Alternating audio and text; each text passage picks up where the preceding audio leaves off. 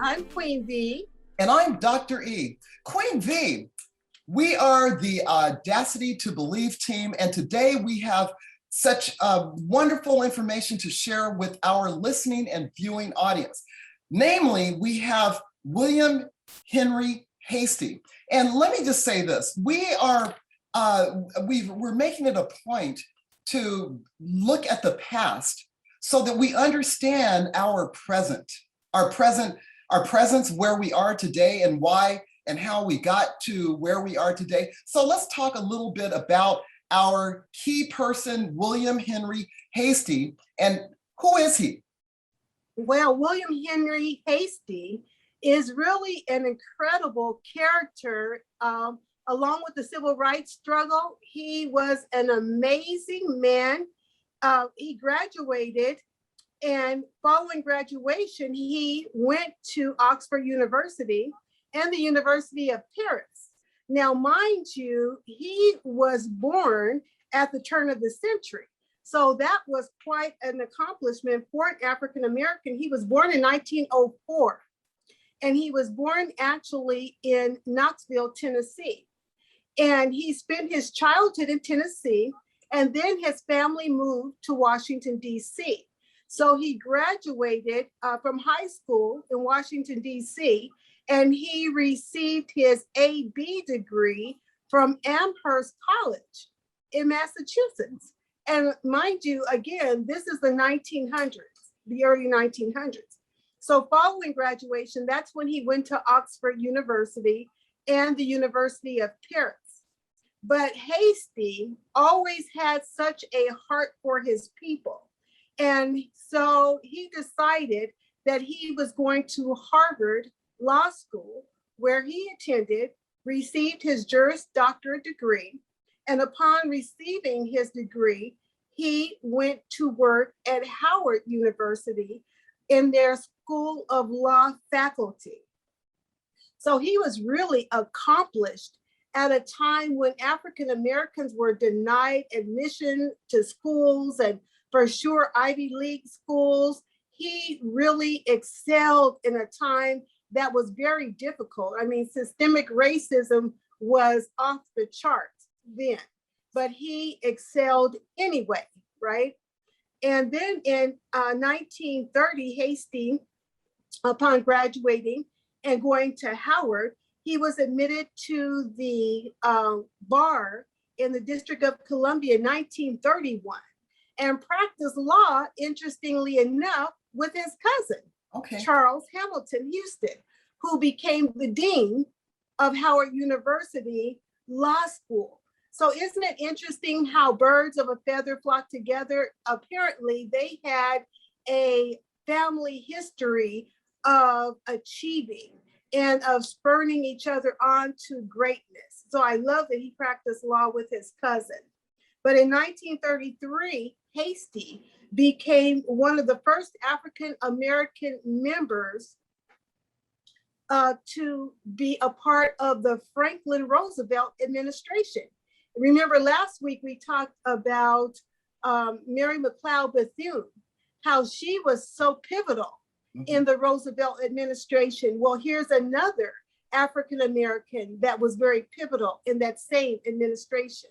Well, you know, it's interesting. I find that President Roosevelt appointing him to the bench, we're talking about at a federal level at that time, it's astonishing, it's amazing, to me that Roosevelt actually had the audacity to appoint a Black in a position like that, such a high position. And so he was the first. But then when I think about the first Sissy, Queen V, I applaud the first, but I also think about how difficult it must have been in his era to be the first, knowing that there was so much racism at the time, knowing where Blacks were pretty much dismissed and pushed aside, castigated, lynched. I mean, there was so much going on at that time. I just find it astonishing that not only was he the first, but the pressure that he must have endured by being the first. Let's talk a little bit about that, what it means to be the first. Oh, absolutely. Well, when you're the first, you're the pioneer. Mhm. And because there's no one in front of you to take the blows, you take the blows, you take the heat. And, it's so interesting when you mention the audacity of Franklin Roosevelt. Well, I think that audacity in him was really spurred. History attributes it to his wife, Mm, who, was okay. was the one that was really the neck that turned the head, Mhm. because she was very, very progressive for her time.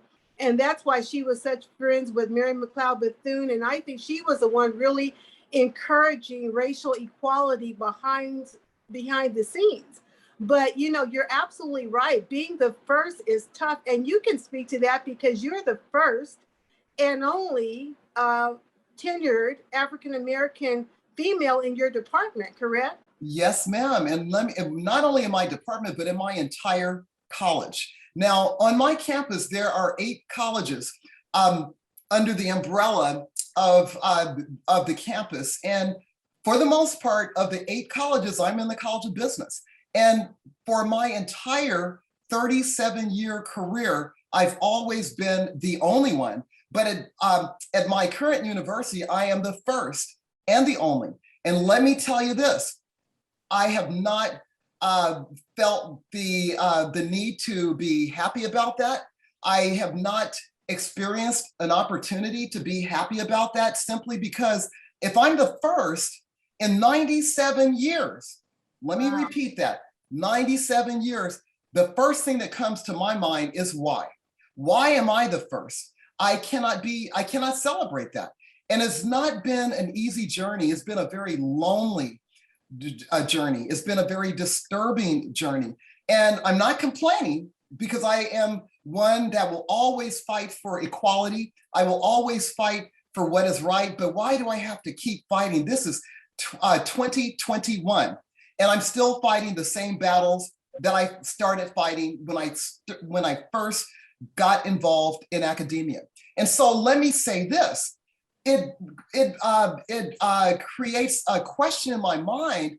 How many people out there in our listening audience, I don't care what color they are, I don't care what race they are, I don't care what religion or nationality, but if you're the first, what is it that you've experienced, or what are you experiencing that makes you either comfortable or uncomfortable? And oftentimes when I'm on LinkedIn, for an example, and I see where people are the first to do this or the first to do that in their particular industry, everyone applauds them and they're celebrating that individual. And with me, I'm saying, oh my gosh, I feel sorry for you. And the reasons why I feel sorry for you, just like you said a little bit earlier, Queen V, is that you got to take the brunt of whatever is coming your way. And so I don't want to be a dream killer or a dream buster, but the bottom line is that if you're the first, get ready. Get ready for whatever is out there. The number one thing is that you have to be prepared. You must know your stuff. You have to have thick skin. And when I say thick skin, there's going to be people gunning for you because they don't want you to be the first, or they want to see what you're made up of.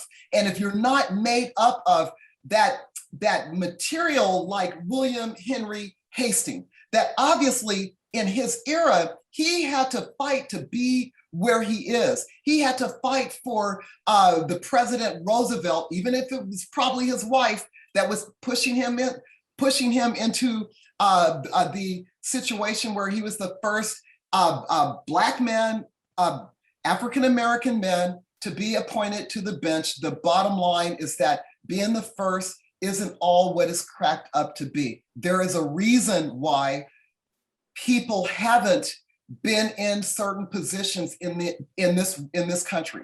Why is that? And I attribute a lot of it to race.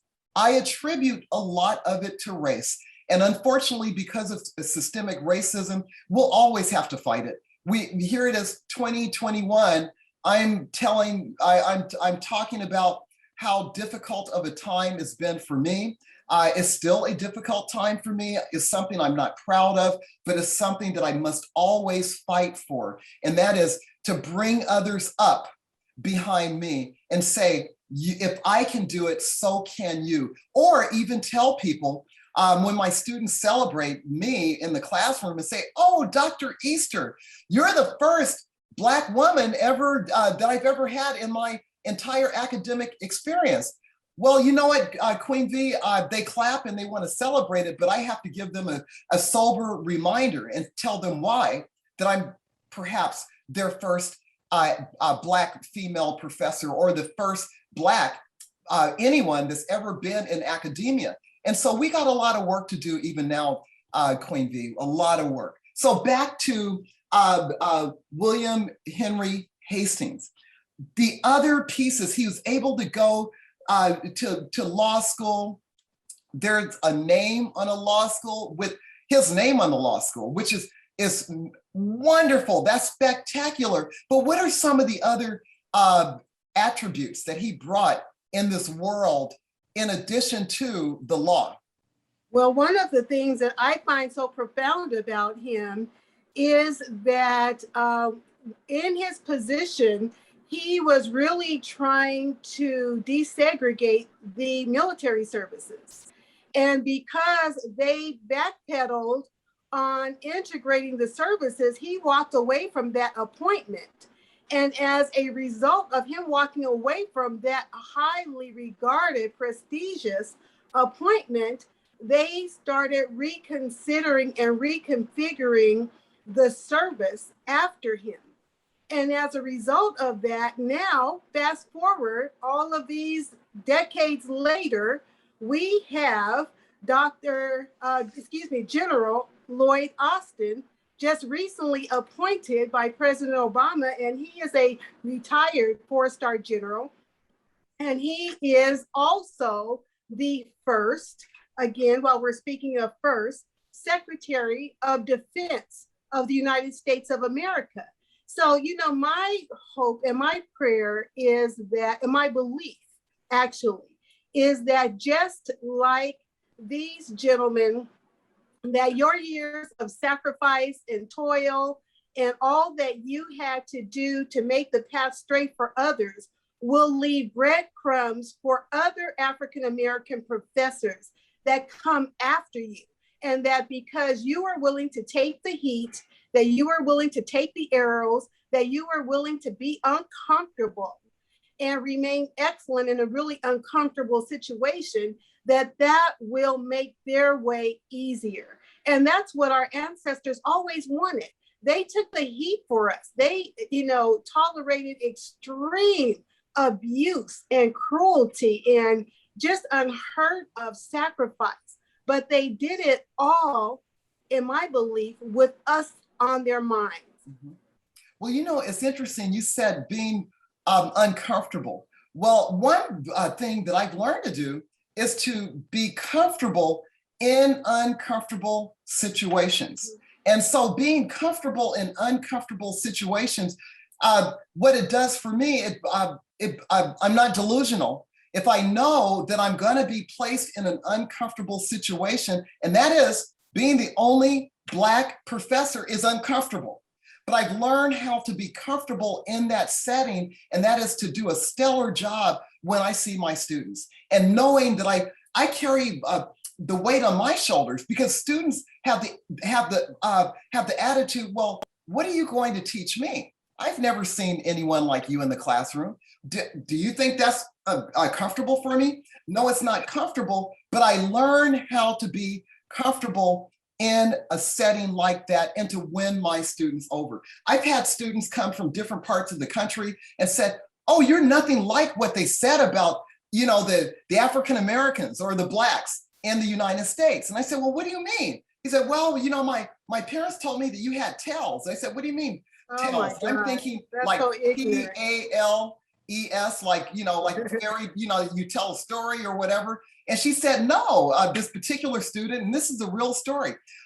She looked behind me and said, no, I'm talking about T-A-I-L-S. And I stopped for a moment and I said, there are people that are so ignorant. They teach their students, they teach their kids the same ignorance that they have learned And I see these people in the classroom, okay?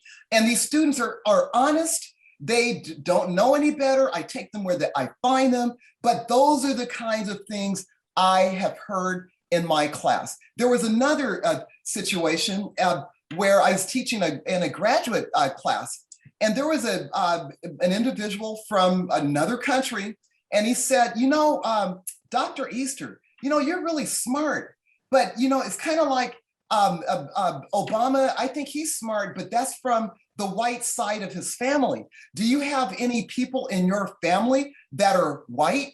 Now, he said this to me with a straight face.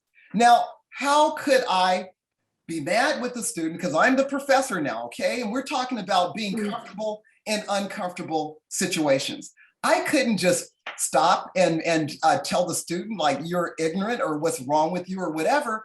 I use that as a teachable moment to let students know, hey, you know what, whatever your pathologies are, whatever your conditioning and your framing is, wherever that comes from, my job is to educate you so that you can at least see that there's more to life than what you have learned in the past. And some of the things you've learned in the past are just absolutely not true.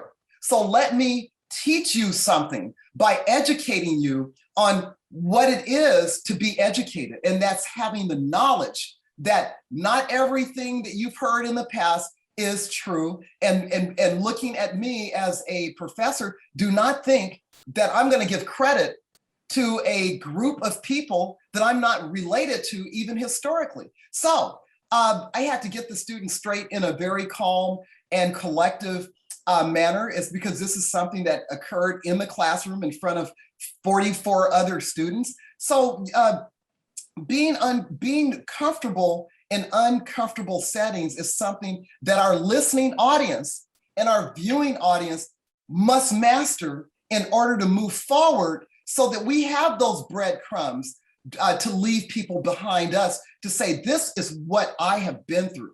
These are the things that I have gone through. These are the things that our ancestors have gone through. So take that torch, take that knowledge and press forward so that we can continue to educate people one by one, but more importantly, have the stick-to-itiveness so that we can actually pioneer and chart our own future, that we don't have to stop because we're the first, or we don't have to settle because we're the first. We don't have to put up with certain things because we're the first or the only.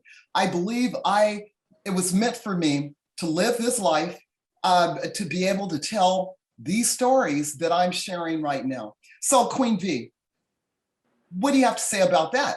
Some of these crazy honey, I have lived through so many uncomfortable situations. I too am a pioneer at being comfortable with discomfort, because you cannot be audacious and bad to the bone without being comfortable with discomfort. That is a huge part of being audacious. That's a huge part of growth. When I started Reclaim Queens and Blue Jeans Ministry, I had no concept that it would grow to the thousands of people that it did almost overnight. And I had to steer and pastor and minister to thousands of people online, and never having done that before. But you know what? As you said, we are graced to do what we do. And it's so wonderful when we are able to teach people and empower them and bring them up and show them that, they don't have to remain ignorant. It's so sad to be so ignorant and to be so backwards. And, like you, I just think that that's a tragedy. But the jewel in it and the joy in it is that they found out, you know what, I can come up higher. And that's what education is all about, because I'm a firm believer that nobody can rise higher than the level of their instruction. If you don't know, if you haven't been taught any better, you cannot do any better or be any better. So kudos to you for lifting up that ignorance out of the muck, because that is just so sad to think that young people, expressly, can be so ignorant. But the beauty of Queen V is that I have the platform that I'm able to at least impress upon people that there's something different out there. And my job as an educator is to do that. I get a lot, I call students that will say, you know, what misinformed information. It's like, okay, there's a body of knowledge out there. Just don't be going down one particular track and believing that that's what the world is all about. Open your mind and see that there's more to life than what maybe you were taught or you were educated in. There's a lot more to watching a particular news station and assuming that that's the way the world is. There's a lot more than just saying, I'm going to get on Google and I'm going to find the answer. Excuse me, you got to look everywhere. You got to look high and low and embrace the body of knowledge that's out there. I'm not asking students to believe in anything. I'm only asking students to open their minds and see that there's more to life than what they really thought about or whatever. And so I challenge students to start thinking. And I'll tell you, the best feeling in the world is when students leave my class and they are educated by Dr. E, okay? Now, some students have to come in back again to get re-educated because they may not pass my class, and that's okay. But at least I know that whatever I give my students is the best that I can give them for, you know, best on the knowledge base that I have right now. But there's a lot of ignorance that happens within a classroom that it's my duty to not just teach the students the theory of whatever the subject matter is, but it's also to educate them beyond some of the theoretical frameworks that we're talking about with the subject matter. Absolutely. And you know what, I think that we see that so sadly, that misinformation today, even with where we are with the COVID virus and the vaccine and everything, it's so sad that there's so much misinformation that is just, shoved at people, and they are believing it against all scientific knowledge and everything else. And it's costing, it costs people their lives. And, as a retired nurse, I follow the research and the science, and it is heartbreaking to me. But I refer to that as ignorance coupled with arrogance, because people don't know what they don't know, but they believe that they do. Mm-hmm. And that is a saddest state. So, you know what? Education is critical and pivotal. We have to be lifetime learners our whole entire lives. None of us ever learn it all, know it all, or will ever have it all. But just the fact that we are yearning to know more. Mm-hmm. Now, Dr. E, what would you consider to be a huge characteristic of Dr. William Henry Hastie? Mr. William Henry Hastie and his career? I think embracing, not being afraid.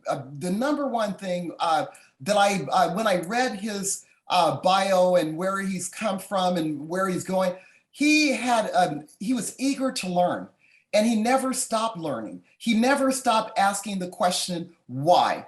W-H-Y, why? As long as we ask ourselves why, we'll get deeper and deeper and deeper into educating ourselves, finding the knowledge, and doing whatever it takes to really learn. The other thing, opening his mind up to new ideas and to not being afraid. Think about this. During his era, for him to be appointed by President Roosevelt at the time to say, you're going to be the first African-American to sit on this high level to be a judge. And for him to accept that offer, there had to be bravery. So I would say that's one of the things. You got to be brave, Queen V. At the end of the day, we all go through whatever we go through, and we may be getting opportunities, and then there's that negative self-talk that's saying, oh no, you better not do that. That imposter syndrome. If you do that, people are going to know that you don't know. Bottom line, we don't know everything, but we have to jump in there and we have to educate ourselves. So I know I've said a whole lot to answer your question, but at the End of the day, I believe he was brave. I believe that he embraced knowledge. I believe that he had this eagerness to keep learning. And that was impressive to me. Oh, absolutely. And for the A to B 1, 2, 3 Okay. are audacious to believe. For him, I have pretty much very similar standards. Mine, number 1 was preparation, because I don't believe that you can, again, rise any higher than you're prepared for. You know, success is opportunity meeting preparation, always, right? And number 2 was a dedication. I really love that he was so dedicated that even though he had this wonderful degree from Harvard University, that he studied at Oxford, that he went to the University of Paris, he still came home to be on the faculty of Howard and serve his people. Right. That was powerful to me. And not only that, the third one for me with him was a sacrifice. The willingness to walk away when they would not integrate the troops was huge to me. Right. Anybody else that was full of themselves and so full of this position and this government appointment and being the first African-American would not have had the courage, the preparation, and everything to walk away. But he was courageous enough to sacrifice his position for his belief. And he changed the trajectory of the military service because of that. They were so shocked when he walked away, when he resigned, when he said, nope, I'm not taking it. If you cannot integrate the troops, then I can't be a part of this administration. So I found that so incredibly audaciously powerful. Amen. That he did that. Well, I'll tell you what, Queen V, that I completely concur with the audacity to believe 1, 2, 3, and what our listening and viewing audience need to really take home. And these are the resources that you can provide for yourself. And that is preparation. You got to be prepared. You can't just say, oh, I want this job or I want to do whatever, and then you expect for everything to fall in your lap. So preparation, number 1. Dedication. Oh my gosh, you have to be dedicated to whatever it is that you're doing, and that's where the sacrifices come in. So without sacrifice, dedication, and preparation, you're toast. And so I would say this, for everybody listening, what is it that you want to do, or what is it that you're doing that you want to keep doing? What sacrifices are you making? What preparations are you making? And are you dedicated? You got to be dedicated, because when those blows happen, somebody knocks you down, when the days come where you're just tired and say, oh, I can't just do this anymore, or whatever, you got to keep your groove on, and you got to find whatever that is that's out there, your inspiration to keep you dedicated to your personal cause or your professional cause. So having said that, Queen V, let's wrap it up. You'll have the final words as we close here. Well, I just want everyone that is listening or viewing us to follow us on all of our channels. We are on Facebook, Instagram, YouTube, SoundCloud. Please like, share, and subscribe to our YouTube channel.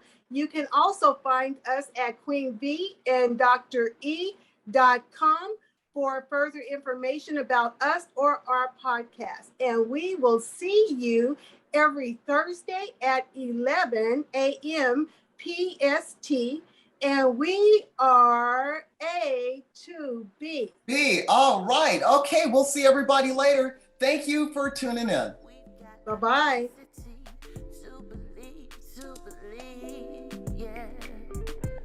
We've got audacity to believe, Queen V and Dr. E.